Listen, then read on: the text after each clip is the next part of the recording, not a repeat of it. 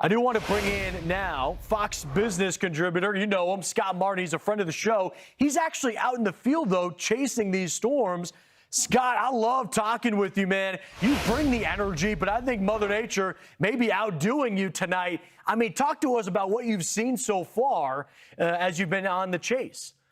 Yeah, she definitely did today, Steve. And I was thinking about you the whole time, my friend. And I'll tell you, today was cool. And in Ohio, at least, I was about, I-70 and southward towards like I-71 too. So in this like Clark County, Greene County area. But as you pointed out, Steve, today in Ohio, we saw some really neat storm structure, some really neat clouds, some cool looking scuds, amazing rain shields, as you can see there, maybe a little bit of penny-sized, pea-sized hail, but not the energy, Steve, that you're talking about that's going on both in, say, upstate New York and certainly eastern Iowa. So I was out there just running and gunning and chasing as far as I could go, just chasing these rain shields and driving right along it because I really didn't feel a ton of danger, which sounds crazy because that stuff looked a little nuts. But there wasn't that crazy wind shear going on. These storms were kind of leaning forward. So you're getting out in front of them and seeing this amazing cloud structure, but not really getting anything but much really in the way of some heavy rain, of course, but no real hail stones bigger than a penny size, and not a lot of cloud to lightning either, and not a lot of strong winds. Yeah, I mean, Scott, you had some amazing visuals, though. A South Charleston here showing that earlier in the day. You said a scud, right? So that looks like that funnel that's kind of tailing the storm, and you're like waiting. You're like, all right, is that going to touch down? Is this going to be a tornado? And it doesn't come to fruition because of the low-level rotation.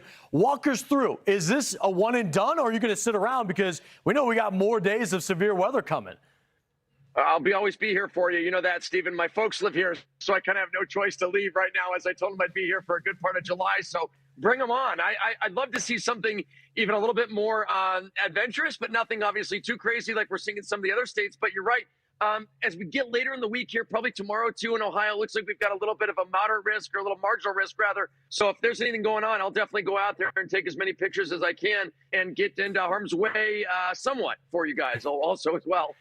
Hey, amazing, Scott. We love having you on the show here. Even better when you're chasing these storms. Can you walk us through? Is this your first time chasing this year and what it was like, Yes. I've been out in Illinois a couple times. I live in Chicago most of the time of the year. So we've had some stuff, as you know, especially May, very active month in Chicago. So first time in Ohio so far. And the thing that I love about Ohio versus, say, Illinois, and people can say what they want about Ohio and southern Ohio and central Ohio, there are massive amounts of places to chase. So you drive 15 miles outside of Springfield, Ohio, where I was born and raised, and you can get to these beautiful cornfields, Steve, where you can see 30, 40, 70 miles away and really take some picturesque shots and feel like the clouds are kind of there dancing and showing off for you if you're out there taking pictures of them. Scott, I remember early in the severe season, Ohio was leading the country in tornadoes. It was wild to see back in March, I believe.